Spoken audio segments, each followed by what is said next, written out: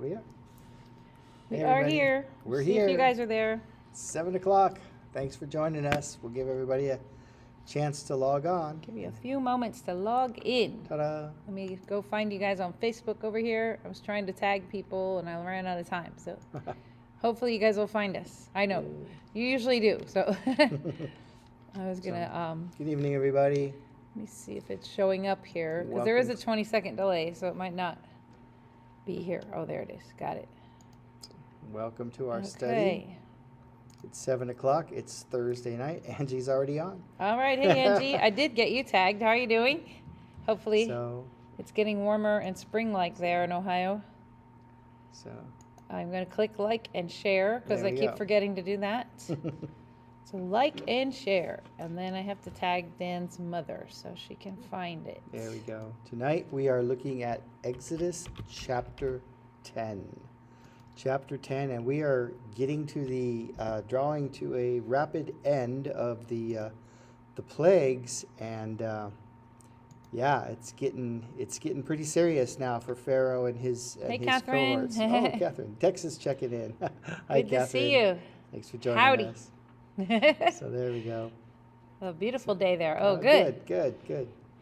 So We had a beautiful day of goat wrangling, wrestling and wrangling we did. So earlier today. it's our typical day. Good thing there isn't smell-o-vision. Sometimes we Not yet, anyway. sometimes we come. I hear someone's developing that for some of those virtual reality games. There is. There's a A big company is trying to develop. massive company that's Smell-o-vision. working on Smell-o-vision. So, but it sounds like wasn't that Willy Wonka or something like that? Anyway, I don't know. That was smell-o-vision, was it? It was. I don't It was like yeah. Anyway, something. It reminds me of something, but I don't think that was quite.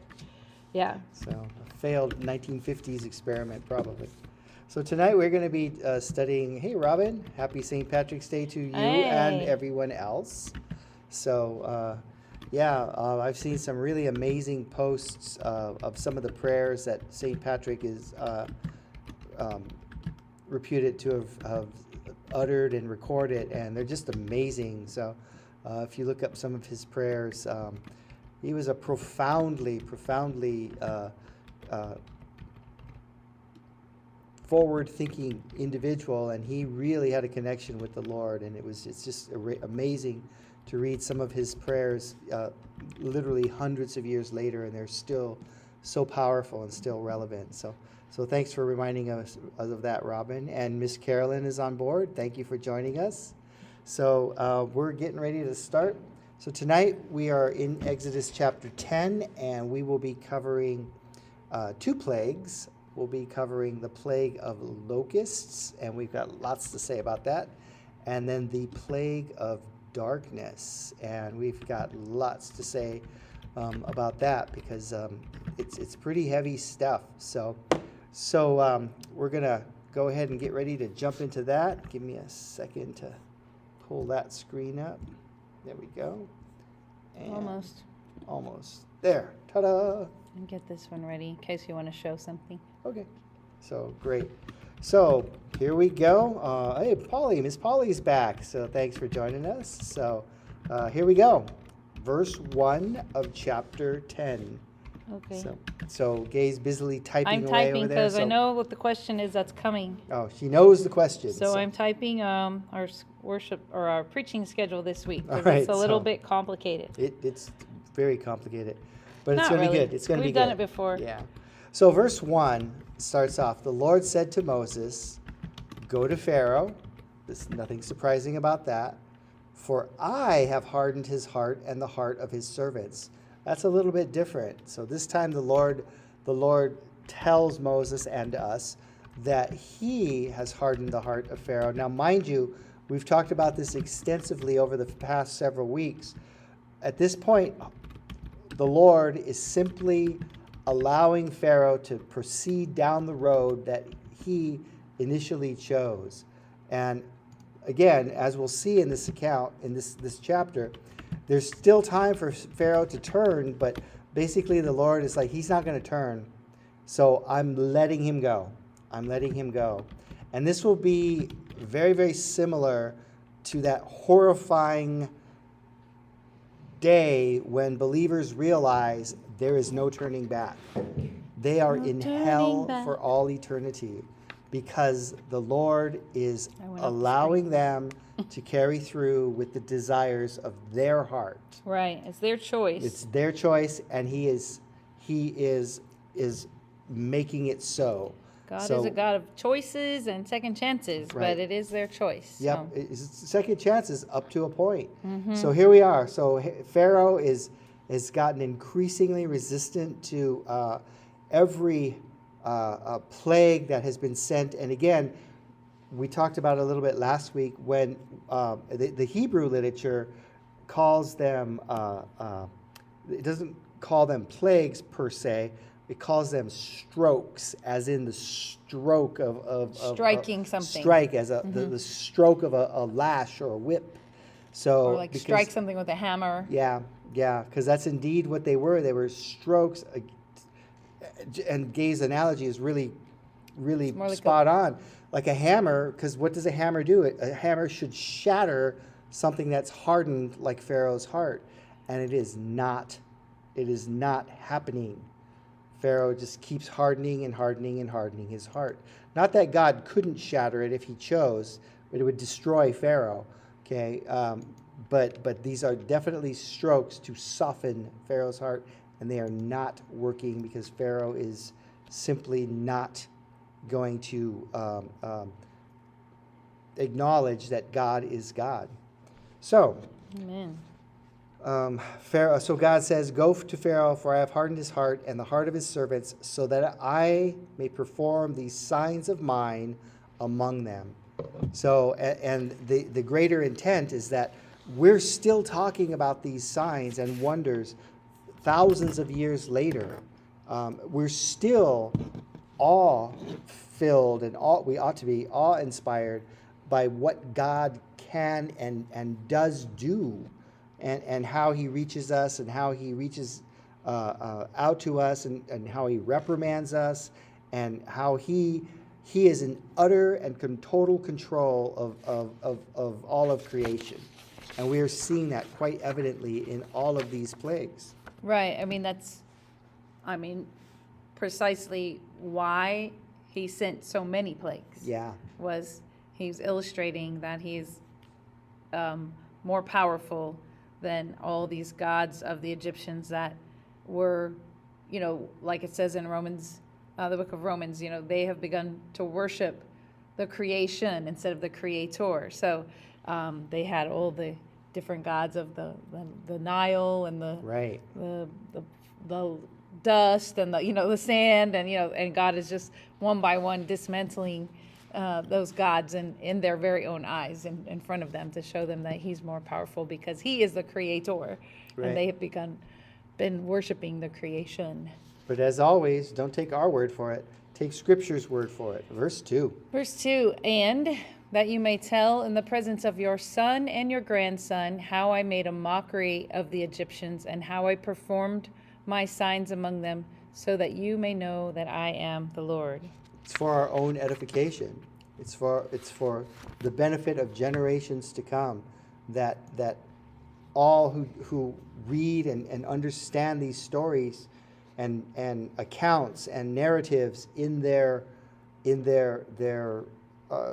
original form or their intent, I should say, would know this is the power of God on display here. Okay. Right. And it says mockery of the Egyptians. He's mocking their false worship and their worship of like, come on now, frog-headed goddesses, beetles, crocodiles, cats. Yeah. These are your gods? They worshipped like every little thing, Right. These are your gods? Every little thing. Seriously? Yeah, beetles. They worshipped the little bugs, Right, like right. the scarab. Like, Right. wow. Instead of the maker of those things? Right. Seriously. But it's to show that he is the one true living God. Right. But the key part there too in that verse is that it was so that they would have something to tell the future generations. Right. Something, because I was thinking about it. So if God God is God. He could have done anything. He could have literally said, "You are free. My people are free," and he could have transported them all out of Egypt and to wherever he wanted them to be. Right. I mean, he could have done that. He could have spoke the word and it would have happened. Right. But he didn't do it that way. He did it methodically to show so that there is something for them to remember. Right. Like all of this part is really about remembering and about the practice of remembrance, the practice of remembering who God is, and we have the luxury of the written down scriptures, which Moses will soon do, because God tells him to write down the scripture. Yep. Because that's why we have it, is because Moses again was obedient to the Lord in doing that. But it's so that we as human beings can have something to hold on to, facts to hold on to, and history to hold on to. Yeah, and we still do. We still tell each other in our deepest troubles, we say, God parted the Red Sea, he can make a way for you. Right. Remember how God Right. always provides for his people, always Yep. provides a way out of sin, even of our own choices and our own doing. God is gracious and merciful and will always lead us to a way out or show us a way out if our heart is not hardened and we are inclined to hear him and listen to him. But it's all about giving the generation something to remember, because if God had just said it is done, there wouldn't be nearly as much for them to remember. Right? If there wouldn't have been all these plagues, and remember the beginning plagues, the Israelites experienced them as well. Now later on, these last plagues, God has held them set apart and they weren't affected by the plagues, but they saw it. As soon as they stepped over the boundary of the land of Goshen, they saw what was happening to the Egyptians. So just really, really neat, that God, but God wants to give us something to remember. So absolutely, it's interesting because, we say, why would God allow such hardship and trials? And it's true. We're not saying the Christian life is a cakewalk and all roses, but we can see this as an example. Why, when hardship and trials are allowed into his followers' lives, what happens? What is the result? And the result is he provides a way through those trials, and his people become really firm in their faith. Absolutely. That's it. That's good. For now. That's really good.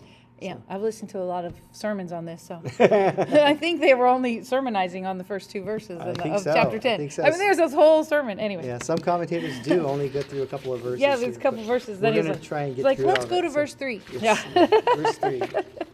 Verse 3. Where is it? Over here. Okay. So Moses and Aaron went to Pharaoh and said to him, "This is what the Lord, the God of the Hebrews, says. How long will you refuse to humble yourself before me? Let my people go, so that they may serve me. For if you refuse to let my people go, behold, tomorrow I will bring locusts into your territory." How long will you refuse to let my people go? Don't you think God says that a lot? Yeah, and about the commentator Guzik, he puts it this way: it's getting to the heart of the matter. That is the heart of the matter. God warned Pharaoh to humble himself, or the worst plague of locusts ever seen would come upon Egypt. Pride was at the heart of Pharaoh's problem. He simply didn't want to give in to God. And that is pretty much the same issue with most of us. Mm-hmm. We are so stubborn until that point. Prideful. Until that point when God in his mercy keeps knocking, and then we finally yield to his call. So verse 5. And they will cover the surface of the land so that no one will be able to see the land.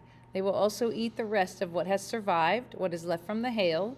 Remember the last plague? Mm-hmm. And they will eat every tree of yours which grows in the field. These locusts are very ravenous insects. So the Egyptians would have been familiar with locusts. Locust swarms would not have been something that they had never seen before. They were much dreaded, and they were horrifying. And now that the land has suffered just the severe damage from all the hail, so the crops are already minimal. The vegetation is distressed and destroyed in some cases, and much of their food source is very tenuous. And now God says, I'm going to send locusts. If you don't yield, I'm sending locusts, and they will finish the job here. Okay, verse 6. Then your houses will be filled with them, together with the houses of all your servants and the houses of all the Egyptians, something which neither your fathers nor your grandfathers have seen from the day that they came upon the earth until this day. And then he turned and left Pharaoh. So God is pretty stern in his warning. He's like, y'all seen this before. Your grandfathers may have seen locust swarms before, but this will far, far, far surpass anything of record. This is unlike anything that they've ever seen. And already the Egyptians had a healthy fear of locust swarms. And as we'll see here in a few seconds, rightly so. But this swarm that they were going to experience was unlike any other. Rather than just attacking the fields, it was going to fill their homes, and all of they would just be covering the land. So, do you talk about how, I guess some of the commentators felt like that the term locust here, it's actually a species of grasshopper? Yeah, I will talk about it in a minute. Oh, we're going to get to that. Yeah, Okay. And then the other thing is in Philip Ryken's big, ginormous book on Exodus, it's too thick. Anyway, he has an excerpt from Laura Ingalls Wilder books, Little House on the Prairie. Oh, yeah, she experienced that. They experienced a severe locust, grasshopper swarm that devastated the farms and the homes in the Midwest in Minnesota during her time, Laura Ingalls Wilder. So I don't know if any of y'all grew up watching those TV shows, but I did the Little House on the Prairie TV shows, and they had the one about that too. And of course, if you've been to Salt Lake City, you may have seen the statue to seagulls, and are familiar with that account of the Mormon peoples and seagulls saving them from locust swarms. Oh, I didn't know about that. Yeah. Oh. So the story is that locusts were swarming the Mormon settlement, and then seagulls appeared, which is not unrealistic because they nest at Salt Lake. Salt Lake. Right. And then they started eating the locust swarms and wow. Big fat chubby seagulls then could barely fly. Yeah, right? they couldn't take off. They couldn't take off, but they were full. That's funny. Yeah, that didn't happen in the plains of Minnesota during Laura Ingalls Wilder's time. There was no sea area, so that the seagulls came and rescued them. So they were just decimated and devastated. And so it's interesting because then during that time frame, like the men had to go far away to the city to get get jobs and be able to send money home and get food so they could purchase grain and stuff because they had no crops, nothing. But then she during that time, she was a good Christian mother, and she was always reading the Bible to the kids at night, and they actually came to this account of the exodus of the swarms of the locusts, and the kids and the whole family are like totally identified with that, so not something. I mean, when I saw one grasshopper growing up, I hated it, and if I walked through a field and there had been a big hatch out or through the backyard and there was a bunch of them, I just would scream and run back in the house. But I didn't like them. Grasshoppers are yucky. But I can't imagine then everything being covered with them even inside your house. I mean, that's what I'm saying. Like, ugh, nasty creatures. Okay, so verse 7. Then Pharaoh's servants said to him, how long shall this man... So now this is Pharaoh's servants in court. So when it says servants, these are his... like advisors. Advisors and the magicians and all the people he's been saying. Your mom is from the Wilders? Really? That is so cool, Angie. I had no idea. That's awesome. Wow. That's awesome. There you go. Kind of from a famous family then. Family That's lore. pretty cool. That's cool. So, verse 7. So Pharaoh's servants are saying to him, how long? So remember, Moses just said to Pharaoh, how long are you going to be like this? Now his court servants and advisors say to him, how long shall this man be a snare to us? Let the people go so they may serve the Lord their God. Do you not yet realize that Egypt is destroyed? So now his own servants are saying, how long are you going to be stubborn? Basically, they're blaming Moses, but they're saying to Pharaoh, how long are you going to be Right, like this? and they would, as advisors, they would have been out amongst the people. They would have seen firsthand the devastation, whereas Pharaoh might still be safely ensconced in his courts and his Right. palace, but these individuals would have been out amongst the people. They wouldn't be suffering, mind you, but they would have still have seen the devastation. Right, but Marie's on board. hey Marie, over So, here. yeah. Hey Marie, the other screen. But it's like so. But they have all experienced like all of the flies, all of the lice or gnats, whatever those insects were, all of the frogs being inside their homes and inside every pot they opened and every door. Right. Try to lay down in their bed and it's covered. And so now they just heard Moses say, "If you don't let the people go, all that's going to happen, but this time with locusts." Worse. It's So gonna be worse. these ginormous crawling insects. Ugh. So they're all saying, well, how long are you going to be so stubborn? So verse 8. So Moses and Aaron were brought back to Pharaoh, and he said to them, "Go serve the Lord your God. But who specifically are the ones who are going? Who are you taking again? Really? Can I see the list Right. of the names?" Right. Like, who's invited to that party? So Pharaoh is negotiating. He's still trying to get his way, and he's like, What? "Who all are exactly who? This thing that you're doing, this, going to worship God. Oh yeah, that thing. What's that party What, you guys what are does trying that to have?" involve? What does that actually involve?" And then Moses tells him, verse 9. No, verse 9, "We shall go with our young and our old, our sons and our daughters, with our flocks and our herds, and we shall go, for we must hold a feast to the Lord."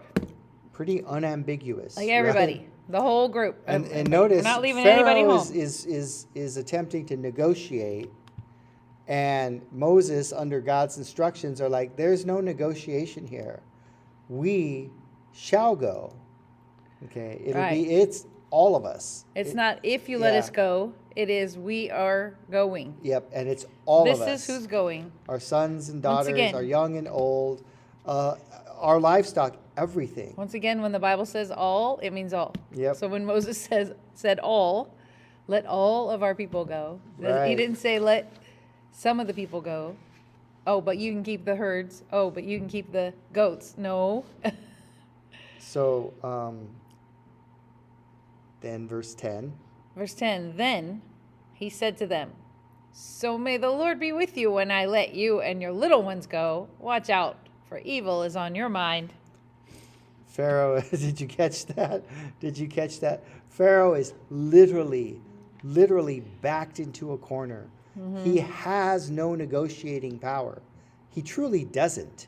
Okay. Nonetheless, he says, "Well, may the Lord be with you." That spiritual ease that is utterly meaningless. Okay. And he says, "When I let you go, and your little ones, when I let you all go, watch out." He goes, "I know what you're up to. I know you're not coming back. I know you're going to do something." Right. He wants to be. We've been taking such a deep dive into narcissistic behavior, and this is so like ridiculously classic. It's not even funny. Nonetheless, Pharaoh is still refusing to acknowledge that he's in a losing situation, and that God is God and he's not. Right. So I like the New Living Testament. I just like how they put that, verse 10. "The Lord will certainly need to be with you if I let you take your little ones. I can see through your evil plan." That's a nice translation. That's Yeah, interesting. it's a little better because that's kind of weird how they say it. But It did you tells me see what he did? So- you see what he did there? He tried to turn it around Right. on them. It says, "Never, only the men may go and worship the Lord, since this is what you requested." That's Which the next it's verse. not. That's- It's not what. Yeah, it's not Yeah, what verse Moses 11. requested. And Wearsby says that the Living Bible says, they paraphrase it this way: "In the name of God, I will not let you take your little ones." So, and then it says Pharaoh interpreted their request as an evil plot to secure their freedom from Egyptian bondage. Well, God did say, "Let them go." He actually Yeah. didn't just say, "For a weekend." God Right, said, right. "God said, let my people go." Period. So, and then to sort of like put his final, like, "because I say so" on it, verse 11 reads, Yeah, verse 11, Pharaoh says, "Not so. Go now, but only the men among you, and serve the Lord, since that is what you desire."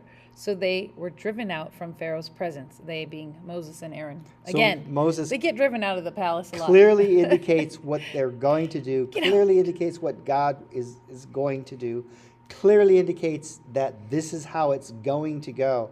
And Pharaoh makes a compromise. He's like, nope, you can't take your families. It can just be the men. The men can go. Okay, because I know you're up to something. I know you're up to something. And then to sort of like put the cherry on top, he has them driven out. Right. So he's like, now get out of my sight. I'm done with you. Yes. Right? You're out. You're out, you know. Like, okay. And so this is indicative of harsh, don't let the door hit you on the way out kind of treatment. So verse 12. Verse 12, Then the Lord said to Moses, "Reach out with your hand over the land of Egypt for the locusts, so that they may come up on the land of Egypt and eat every plant of the land, everything that the hail has left." So the Lord has been essentially watching this transaction occur, and he's like, okay, Moses, I know the answer here. Stretch out your hand, do exactly as I said. You're going to stretch out your hand, and that's going to be the signal, and that's going to start this locust invasion, for lack of a better term. Right. And it's going to be ugly. It's going to be ugly. They're going to strip the land of all vegetation.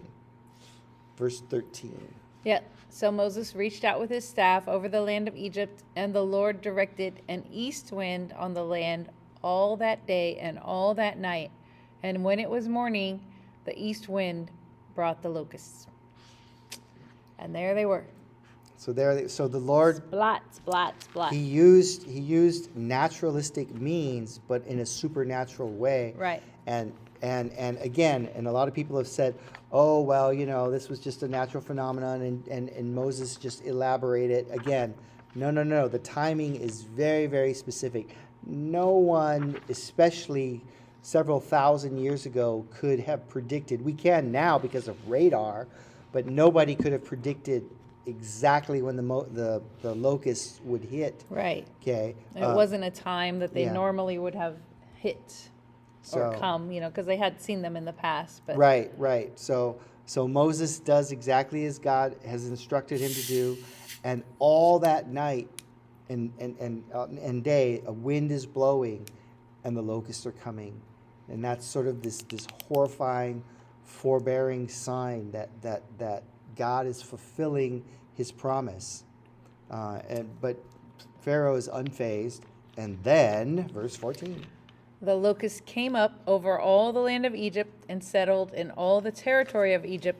They were very numerous. There had never been so many locusts, nor would there be so many again. And we cannot discount that last sentence, or Right. that last clause. Nor would there be so many again. That's a very, very important clause, because that's the Lord telling us. It's a promise of the Lord. Yeah. That, like He promised that He would never destroy the earth by flood again. Exactly. It's a promise that He will not destroy a land as completely by locusts. Right. So, Not Egypt, anyway.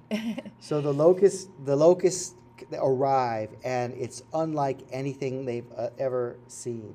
So now we get to kind of science geek out here a little bit. Okay. So Gay was talking earlier about grasshoppers What and is locusts. the difference between locusts and grasshoppers? All we locusts. are going to show you. We're going to tell you. I'm going to make this slide bigger so Okay. they can see it for a minute. So all locusts are grasshoppers, but not all grasshoppers are locusts. That just reminds you of philosophy 101 in college. Oh my goodness. All locusts are A equal grasshoppers, B, but not all B- grasshoppers yeah, are Yeah. locusts. So Okay. all locusts are grasshoppers, but not all grasshoppers. The term locust only applies to about a dozen species. Okay, so about a dozen species are technically a locust. a locust. Okay, and they're essentially they're short-horned grasshoppers, for lack of a better. So you think, what You should short-horned? have made that slide really big, that little orange, yellow guy in the bottom. Yeah, if you can see that little guy in the Short-horned bottom. grasshoppers that have a swarming face. Right, and the biology is super complicated. Okay, but Put it back to 2. but at certain times of certain seasons, certain Ugh. climate conditions, certain weather patterns and stuff, the locusts, the grasshoppers, which are just your average, normal, everyday hopping around grasshoppers, will start to cluster together, and then that cluster will just kind of snowball until there are literally billions of grasshoppers.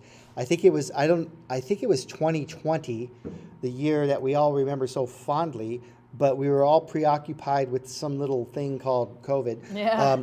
But in Egypt, same region, there was a swarm of locusts that hit that region of the world, and the biologists that I were reading said that one swarm of locusts was more than 15 miles wide and more than 30 miles long. Okay, one swarm. And again, if you can see the picture, each one is about that large, about the size of a grasshopper. So there were literally billions and billions of these swarming insects in that swarm as recently as 2020. Yeah. Okay, and just to give you a little size comparison, I just took some notes. Just roughly 15 by 30, that would be 450 square miles. 450 square miles of insects. The city of LA is now just not the county of LA, but the city of LA is 469 square miles. The city of New York is 300 square miles. Okay, so this swarm would have covered the entire city of New York. Okay, for local people here, just to give you an idea, it would have been an insect swarm that would have hit from Huntington Beach almost all the way to like Universal Studios. Okay, and just like the entire LA basin basically would have been covered in insects, swarming everywhere, invading, and that's just a modern invasion of locusts. The Bible tells us that this particular invasion was unlike anything ever seen or ever to be seen in the future, which is now. So we can only imagine how horrifying this would have been. And then these swarms, when they just eat everything. They just eat every green thing that is in their path. It's just like fire. They just destroy everything that moves across the ground or that has any nutrient value in it.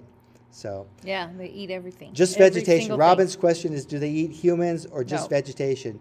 Just vegetation. Yeah, they don't eat Just the animals or people, but Right. only vegetation. But then there's no food for the animals or the people, so there's immediate famine in the area. Right. Immediate devastating famine. But if you've ever been hit by a grasshopper, or like if you ever had a grasshopper fly into you, they're hard shelled, so they hurt. So I've gotten whacked in the head with one several times actually. Yeah. And they really hurt. And Well, because they have an exoskeleton, Right, so they and have kind of a hard shell. yeah, and so there's this massive swarm. It's like getting hit with BBs from a BB gun, Right. So it would have been painful. But so nonetheless, so this was a swarm unlike anything that they've ever experienced or ever will experience, even though we've seen some pretty massive swarms in our lifetime, actually. So verse 15.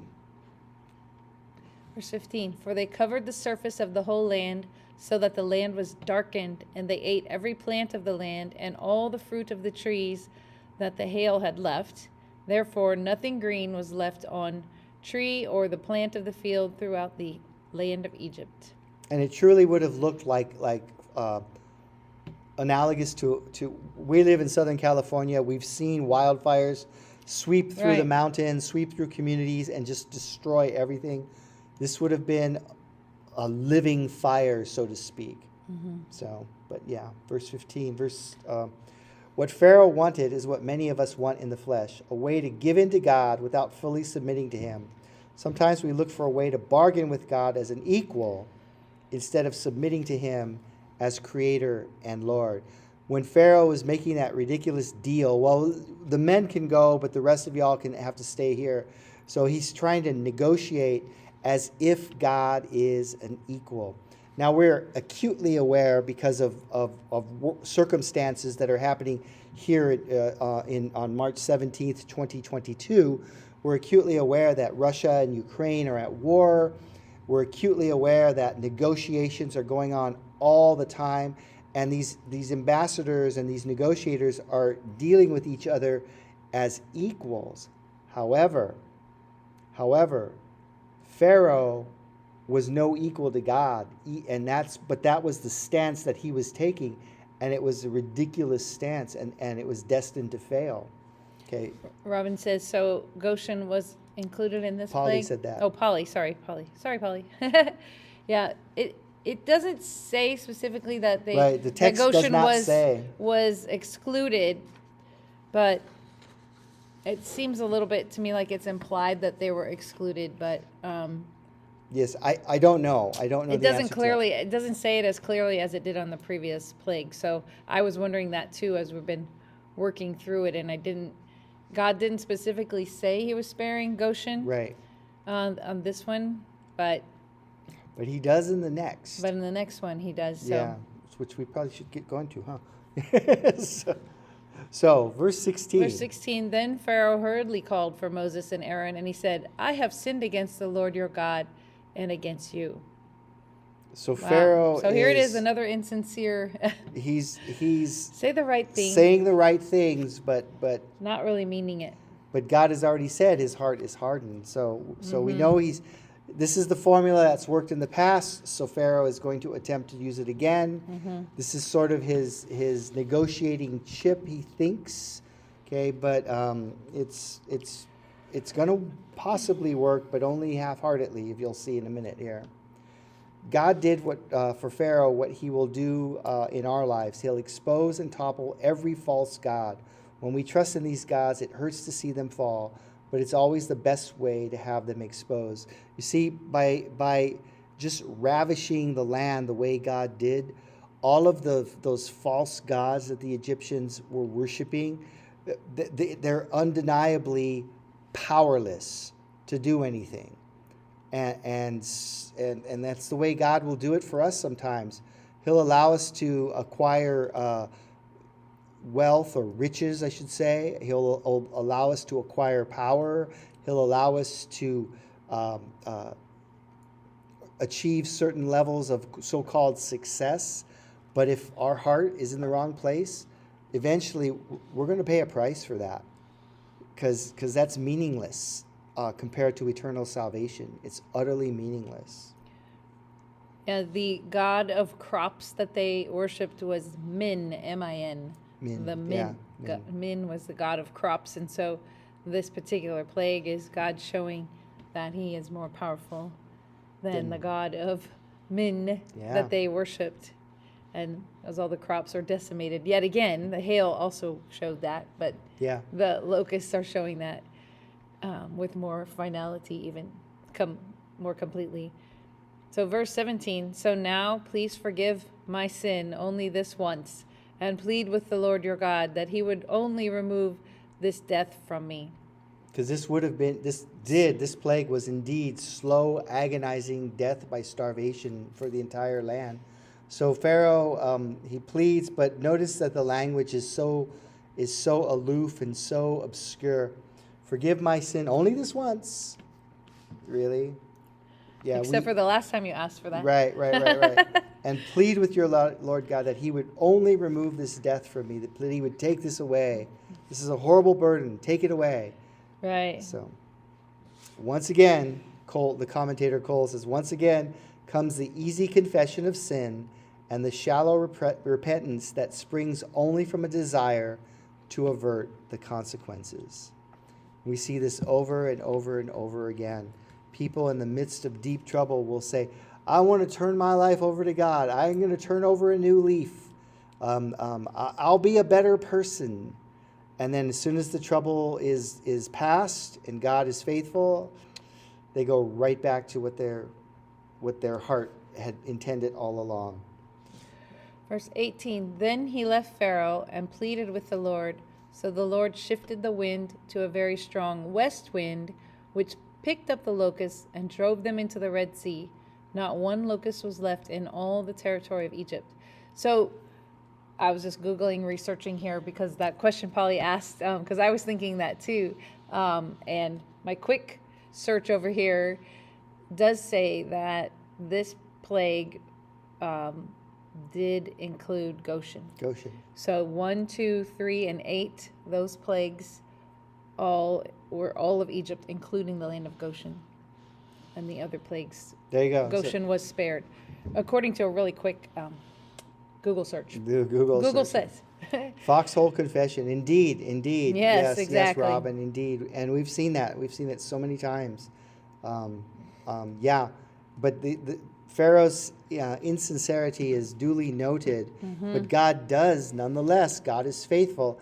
And he does remove the locusts from the land, undoubtedly for the sake of the Israelites and for the sake of informing Pharaoh that God is capable and willing to do anything. Right, and that God is in control of all of creation. Another thing I was reading was talking about how each plague, there's an analogous creative act in Genesis. Yes. And so that's just a really cool thought. I don't know if you're going to get to that today, but somewhat, yeah. I have a little passage I can share later, but yeah, each act is sort of God showing that as he spoke things into existence during the creation week, he can halt that and reverse it or negate that creation completely, and then he can reinstate it. So that's exactly what's happening here, with the locusts and the Red Sea and being blown into the Red Sea. That's the other thing that's very cool, is this is a foreshadowing of God, what God's going to do to the Egyptian warriors, right? He's going to drown them in the Red Sea, just like right now he blew all the locusts into the sea and they were drowned. Right. They fed a lot of sea creatures. Actually, there's a lot of fat sea creatures out there eating all those locusts. They're like, yes. Right? But anyway, it's a foreshadowing of what he's going to do to Pharaoh's army in just a few more chapters. Coming up soon. Okay, verse 20. But the Lord hardened Pharaoh's heart, and he did not let the sons of Israel go. And again, God is not perpetrating evil. God is simply allowing to proceed what was already in Pharaoh's heart. Right. So his heart, and Pharaoh, and his heart was hardened, and Pharaoh is not letting the sons of Israel go. Verse 21. Verse 21. Then the Lord said to Moses, reach out with your hand toward the sky so that there may be darkness over the land of Egypt, even a darkness which may be felt. So now the pattern is that as has happened in the previous sets of plagues. I don't know if we ever explained that. So these first 9 out of the 10 plagues, there's 3 sets of 3.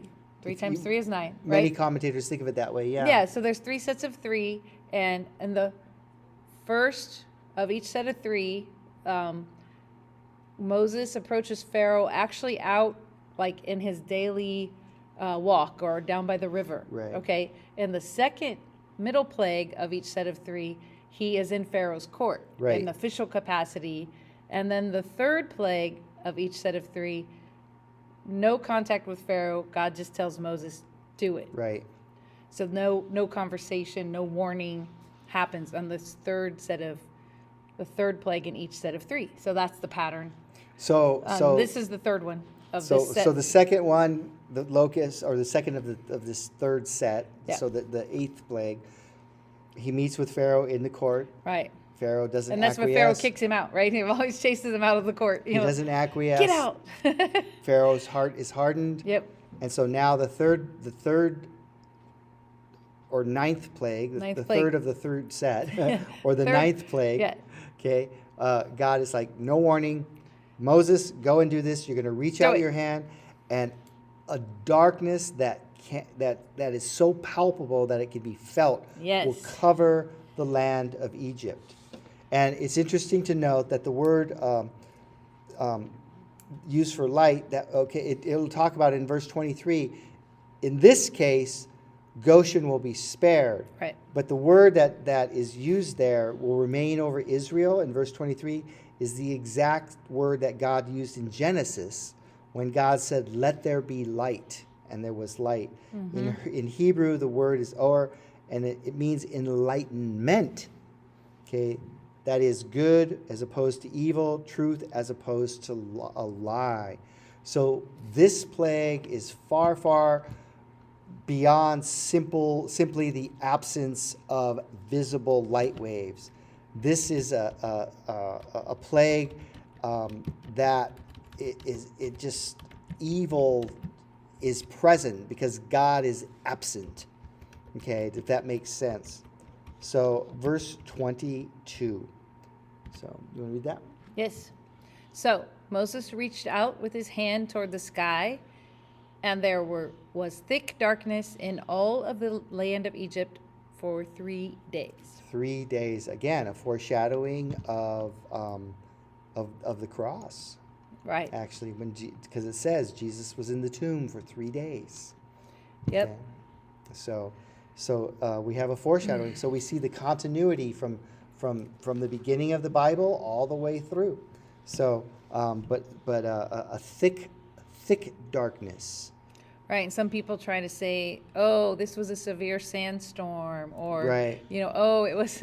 They try to come up with a naturalistic explanation, but none of that actually fits the description. Right. Some of us are old enough to perhaps remember the effects of Mount St. Helens in 1980. When Mount St. Helens blew, much of the Pacific Northwest was covered in a very thick darkness, and headlights could barely penetrate it. The color of the sky, even as far south as Southern California, changed. It was quite impactful, if you will. And so this type of darkness, and this implies that this was so dark that nothing would stay lit. Candles, people have been dealing with darkness since the inception of time, right? They would know how to see in the dark, but this implies that nothing would penetrate this darkness. Candles wouldn't stay lit. Fires wouldn't. Yeah, verse 23 kind of says that. Yeah. Yeah. Oh, you have some before verse that. 23. Sorry. Verse 23 says that they did not see one another, nor did anyone rise from his place for 3 days. But all of the sons of Israel had light in their dwellings. So I know that question was coming. So there we go. The Israelites in the land of Goshen was not affected by this plague. Right. Because verse 23 tells us that right there. Right. So we see the pattern that's going to follow through with the 10th and most horrific plague. Now Robin says that is what hell will be, the utter absence of God, right? Absolutely. And it's called the outer darkness. Mm-hmm. It's called the outer darkness, where there'll be gnashing of teeth. Perhaps there will be millions of souls there. Right. But they will be utterly and completely isolated and alone because they will not even be able to see each other. Okay. This is a terrifying plague, because even in your own house. Well, it's interesting because, again, like back to the geeky science part, in science we say that there really is no such thing as darkness. There's just an absence of light. Right. That's the same thing as there's no such thing as cold. No. Just an absence of heat. Right. So scientifically. Yeah. So scientifically, it fits with what we know. Yeah. What scientists say about light and darkness. Absolutely. So anyway, but yeah, so for there to be still light over in Goshen, but this thick darkness over all the rest of the land of Egypt defies any naturalistic cause that we could think of. Right. And Guzik the commentator Guzik, he kind of reiterates what we've just been talking about, This is no normal darkness. It had a supernatural element to it that could be felt. Okay, light is not only a physical property, it is an aspect of God's character, just like Robin said. And again, it's quoting 1 John 1:5. God is light, in him there is no darkness at all. In judgment, however, God can withdraw his presence so significantly that the void remaining is darkness, which may even be felt. And that's what we're talking about here. And Robin is so spot on when she says that. Yeah, that is truly a horrifying aspect of hell. Verse 24. 24. Then Pharaoh called for Moses again and said, "Go serve the Lord. Only let your flocks and your herds be left behind." So before he wanted to only let the men go. Now all the people can go, all the age groups, but now you got to leave the flocks and herds behind. Even your little ones can go with you. So he's giving a little more, Pharaoh is. But Moses said, "You must also let us have sacrifices and burnt offerings so that we may sacrifice them to the Lord our God." Right. So now some people say, like, well, how could Pharaoh call Moses, if it's total darkness? Again, read back. 3 days. This darkness lasted for 3 days, and then it lifted, and then Pharaoh calls Moses in, and then he's negotiating, as Gay just said. He's negotiating, but Moses is like, nope, the whole enchilada has to go. Okay. Yep. Yeah. So verse 26, "Therefore our livestock too shall go with us. Not a hoof shall be left behind." It's important to take your animals with you on vacation. See, God says. Anyway, "For we shall take some of them to serve the Lord our God, and until we arrive there, we ourselves do not know with what we shall serve the Lord." He's talking about making sacrifices. Right. And they haven't been told, does God want unblemished lambs, or does he want doves, or does he want bulls or calves? So we have to take all our supplies because we don't know which one God's going to tell us to prepare for an offering, for sacrifice, and to prepare for them to eat for the festival. Right. So they just don't know. They don't know. So he's being honest, but Pharaoh thinks he's not, but he's just being honest. But I think it's really interesting too, because this is all about all ages, all going together to worship the Lord. True. And to me, I feel like there's so many times where, and I'm not like anti, like group studies or group services or this and that, but I always feel like we have to be careful in the church, in America, in the American church. We like to set up like, well, the youth can have their service and children's church is over here, and then there's a senior service over here, and we like to define people by certain categories. Age is a lot of it, and then we like to give them like a special service for themselves. And I'm not saying that that's all bad, but I do think that it is not good when that's the only way that we worship. There needs to be a time and a place where every age group is allowed to be in that worship service together. Because otherwise, how do little kids ever learn to go to big church? Right. How do they learn to sit still in church? How do they learn what happens in there? If they only go to kids' church. And the same thing with the youth. I don't feel comfortable. Well, of course you don't feel comfortable, because you went from kids' church to youth service. And now, now you're graduated high school, so now you're out. Now you got to go to, Right. And they feel uncomfortable. And when do most kids, students, youth walk away from the Lord? When it is? When they get to college age. Right. And I think part of that is because the culture of what we've done in churches, not since this COVID thing, but what we've done culturally in a lot of American churches is we've set that up. Yeah. We have not included them in a regular basis and in a way that really is inclusive.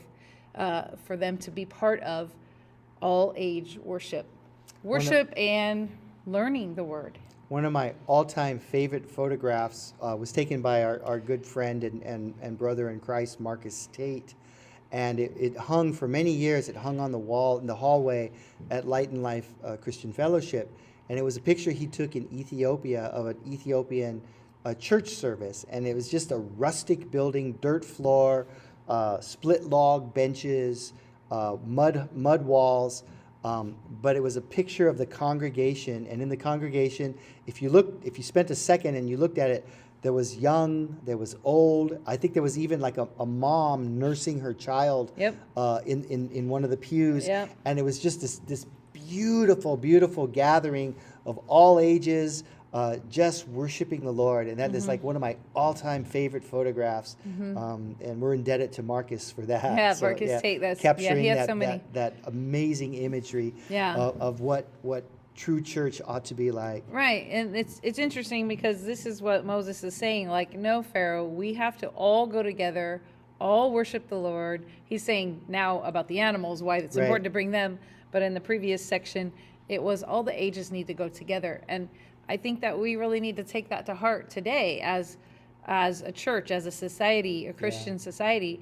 We have to find ways to engage all ages. I mean, and we used to do this once in a while. Some of you guys would come to our Friday Night Foundations, different classes that we gave over the years. And that was, the heart behind that and the movies with the message was basically it was for like junior high and up because of the material. But it was our heart to really have junior high and up be part of the same studies in the same time, because we learned a lot from the younger people, and then they can learn from the older people. And if they're never together examining the word, and that's part of what they do here with Lighthouse Community Church, they do Simple Church, and that's what's really cool about their Simple Church format that they have going, and some of their midweek night different groups breaking off and starting up little churches is like junior high and up. They can all participate in the format of that service that happens, and it's really cool because the kids do like it.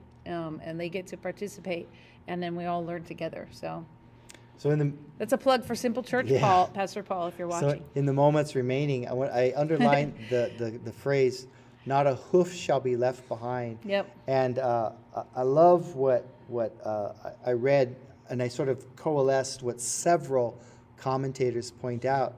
And in that phrase, "Not a hoof shall be left behind," reflects the response of God to every attempt we make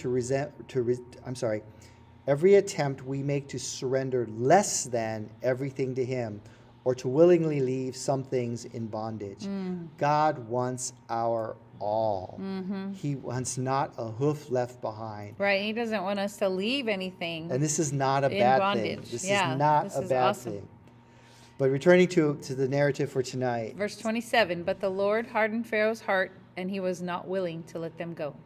So he... Once again, it ends the same way. It's like the book of Judges, and each one did what was right in their own eyes. Like this whole account with the plagues is Pharaoh's heart is hardened. So he was not willing to let them go, but watch what happens. Verse 28, then Pharaoh said to him, get away from me. Be careful. Do not see my face again, for on that day you see my face, you shall die. Moses said, you have spoken correctly. I shall never see your face again. And Moses is like, yes, I don't have to come before him again. Right. So Pharaoh is disgusted. He's like, I'm done with this game. He realizes he's utterly, completely lost. You've lost every battle. Nonetheless, he's like, you know what? I'm done. I'm not doing this. And again, this is a power move. And Moses is correct because he will not see Pharaoh again. But there's still another plague coming, a horrific, terrifying plague that's coming. And so I wanted to end on this note in the few seconds remaining.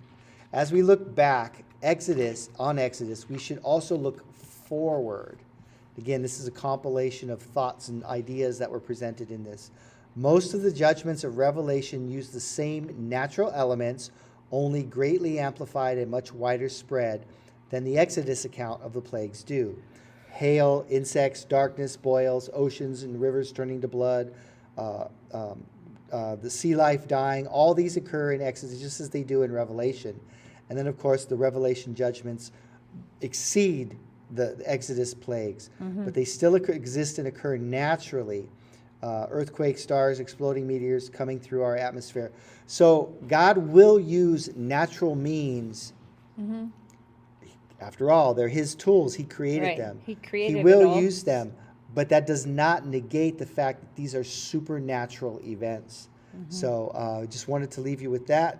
And So we will pick up our narrative next week, chapter 11, and maybe even go into chapter 12, right? Possibly. Yeah, we'll see where it goes. Depends on how much I talk. We'll see where the text takes us, right? I Thank have you all. something to share, but I'll start with it next week All right. We will see you because next it week. still fits. It So- still fits. So tune in. Yeah. We'll see you next week. And maybe we'll see you Sunday if you guys are local. We'd love to see you Sunday. And then also on the teaser slide that I posted, be sure and watch for March 26th. Oh, yeah. Pastor Paul and Pastor Tina are having an awesome night of worship here at the Huntington Beach Church at 8101 Slater Avenue. That's right. March 26th. Right now it's a 6 p.m. start time. It's a Saturday. You don't want to miss it. We're going to be out of town, but you don't want to miss it because it is going to be awesome. Really wonderful Christian musicians that are professional and play with a lot of great Christian artists are actually coming to Yeah. the little church in Huntington Beach. It's gonna So be cool. the more people that come and praise the Lord, the more fun that everyone will have, and the more God will be glorified. So love to see you guys joining in. Otherwise, see you soon. See you next week. Bye. Thanks, one and all.